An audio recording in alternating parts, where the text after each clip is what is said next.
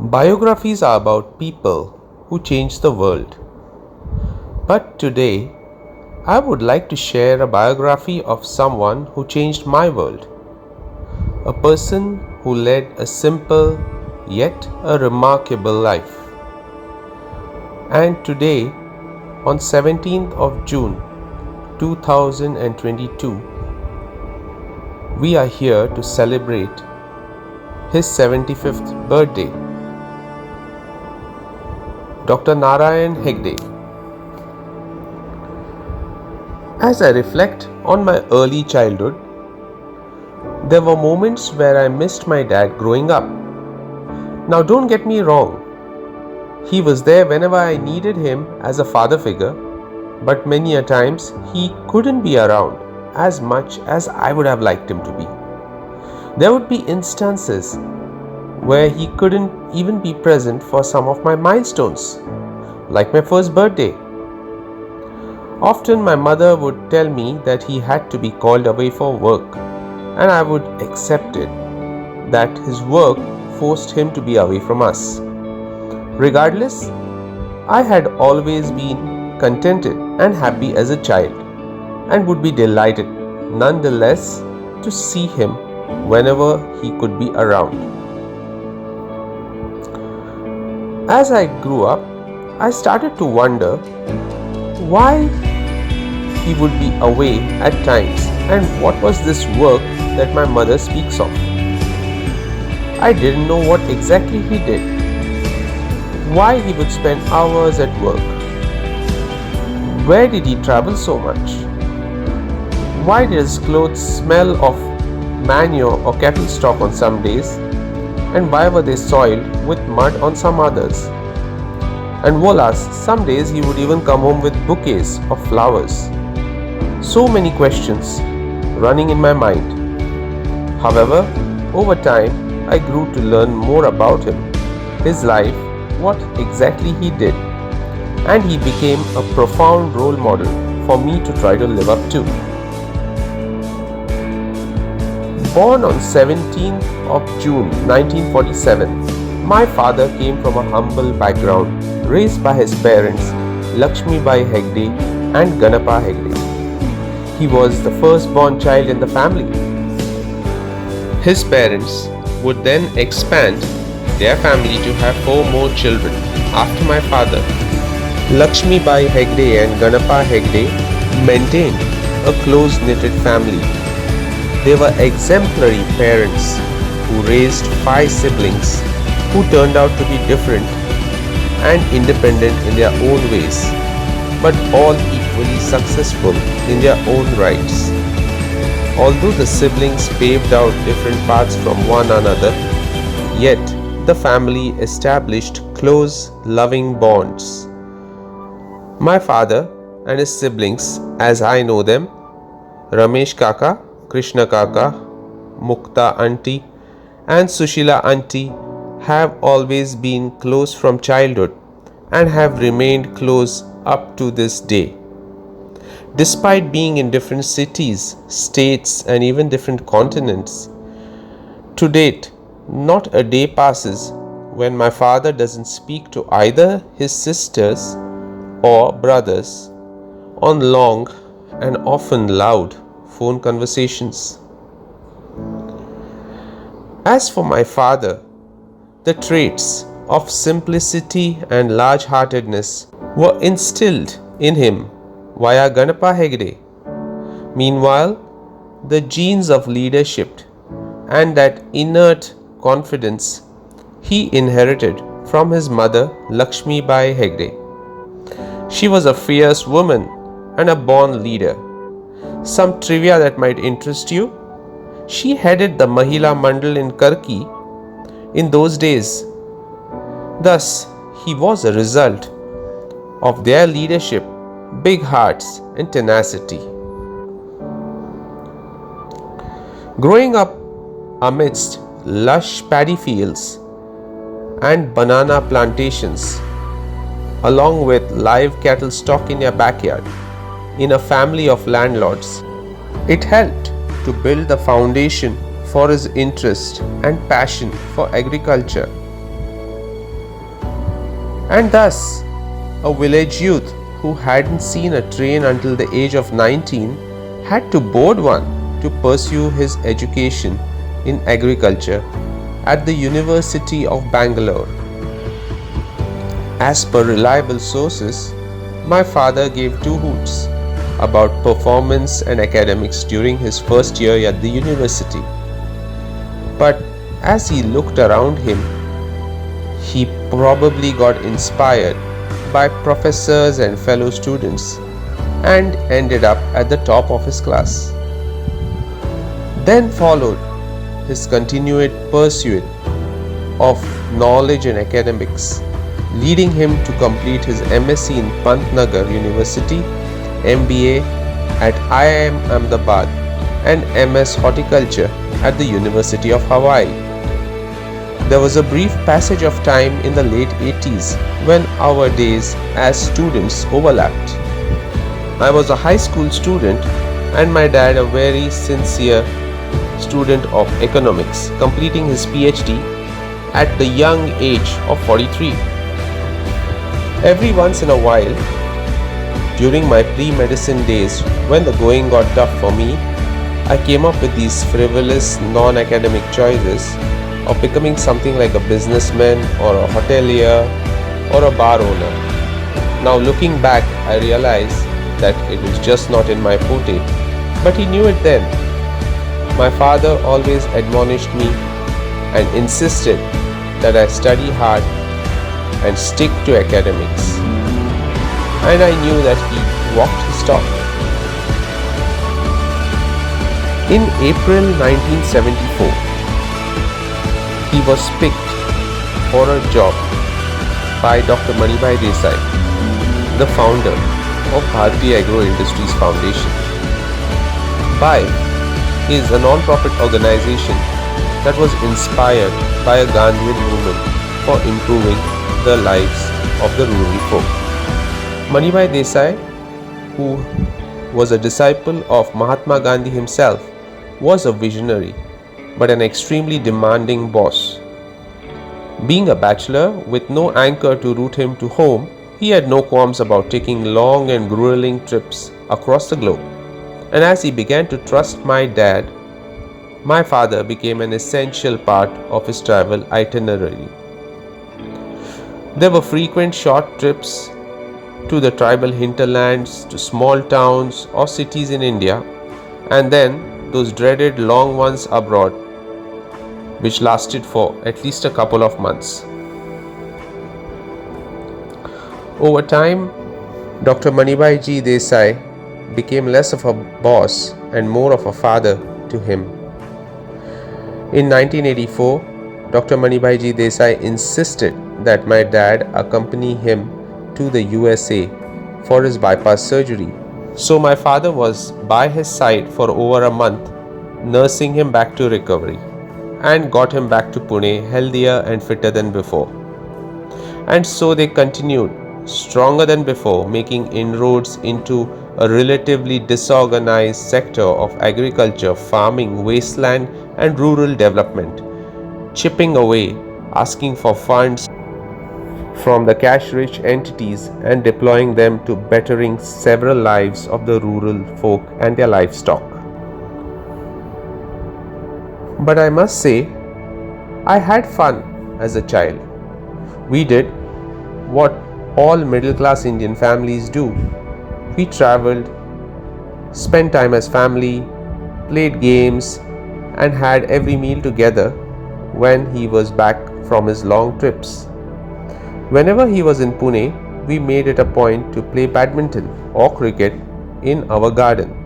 On one such occasion, in 1989, he fell down and fractured his leg. Major surgery and rehabilitation forced him to stay in bed for nearly 3 months. He was devastated that he had to put his career goals on hold. However, an author was born by accident, rather out of this accident. An idle mind turned out to be an author's workshop, and my father used his recovery period to sit down and penned down a brilliant book called as Mother Nature. It became quite popular and went on to receive several awards. Several other books would then follow, as my father had discovered a penchant for writing. He wrote on various topics ranging from agriculture, philosophy, self-help, and even children's books. Manibhai ji passed away in November 1993. My father was solemn for over a month, often locked himself into his study for several hours in the evening. Sometimes I even found him walking around the house in the middle of the night. The responsibility of a huge organization had been thrust upon him as he assumed the role of president for BIF. The organization was still vulnerable due to the lack of funds, and with the big name of Manibhai Ji Desai gone, it faced an existential crisis. There was trepidation among staff with regards to uncertainty over their future. Such was the pressure that my dad faced in those hard times. Like they say, tough times don't last, but tough people do. Garnering his technical know-how, management skills, leadership qualities, and that inherent buoyancy and confidence, he led them out from the crisis to greater heights. And then the world noticed.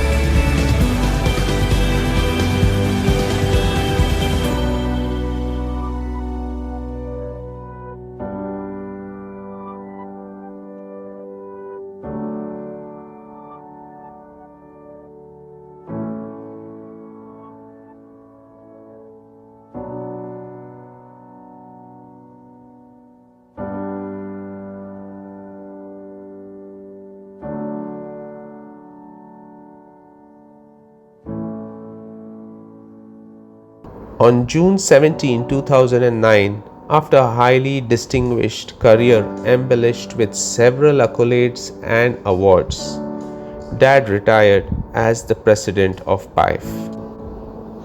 My mother and I were the happiest persons on earth, as we were naive enough to assume that now he would spend his time lazing around at home, watching TV, and watering his plants in the garden.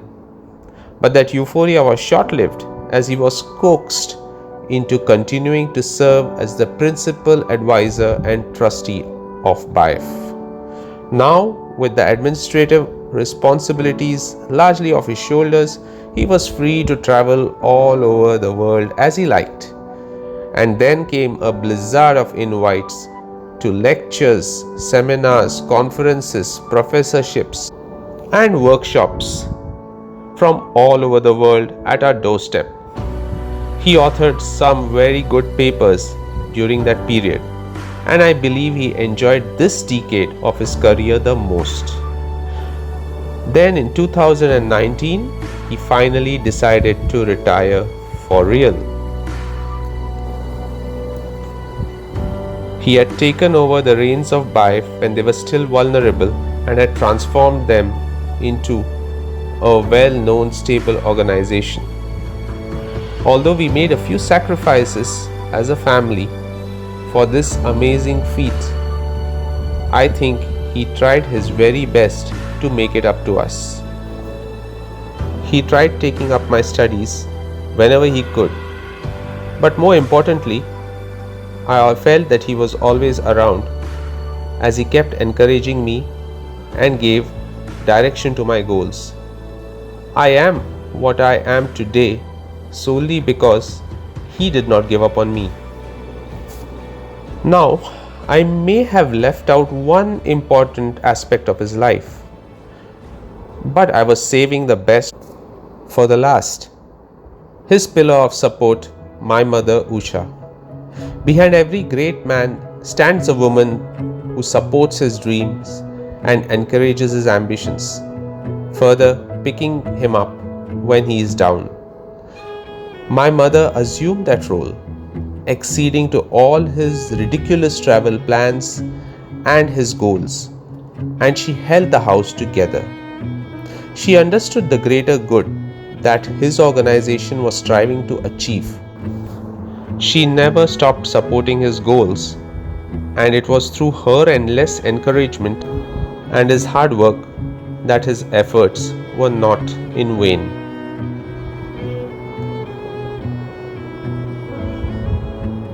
Usha and Narayan were married on May 7, 1975. Now they both claim that it was not love at first sight. Over the years, they've had differences, but when tough times came, they stood together as one front and overcame difficulties. The only pet peeve that my mother has reiterated to me throughout their first 45 years of marriage was that your father was never at home for me. But as fate would have it, things changed in 2020. I saw a very different side of him through the last couple of years. During the pandemic, all of us faced our own struggles. To add to it, my mother developed a worsening spine ailment which prevented her from functioning at full capacity. And to make matters worse, as you know, there were no domestic help available due to COVID-19. Thus, it fell upon my father to help take the full responsibility of the daily household chores. They were cloistered at home together while my mother's health continued to deteriorate because she was unable to seek proper treatment due to unavailability of hospital beds for months. When she finally did, she had to undergo a major surgery of a spine, which then left her bedridden for over 3 months.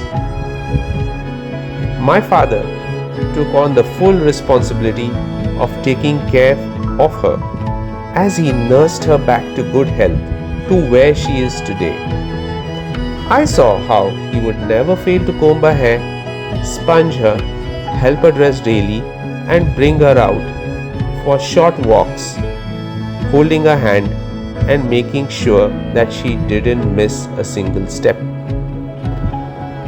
And then, now I constantly tease him that he was making it up to her for all the years that he was away for work. My dad and mom also just celebrated their 47th wedding anniversary on May 7th, 2022. So, this is a biography of my father as I gradually peeled his layers as I grew up and came to see the real person behind the strict disciplinarian that he was during my childhood years. I am proud to have you as my father, Dad, and I will always love you. Today marks the 75th birthday of my father. To all those here whom my father holds close to his heart and in high regard, thank you for making the time to grace this special day with your presence. Me, my father, and my mother will always cherish this moment forever. Thank you so much.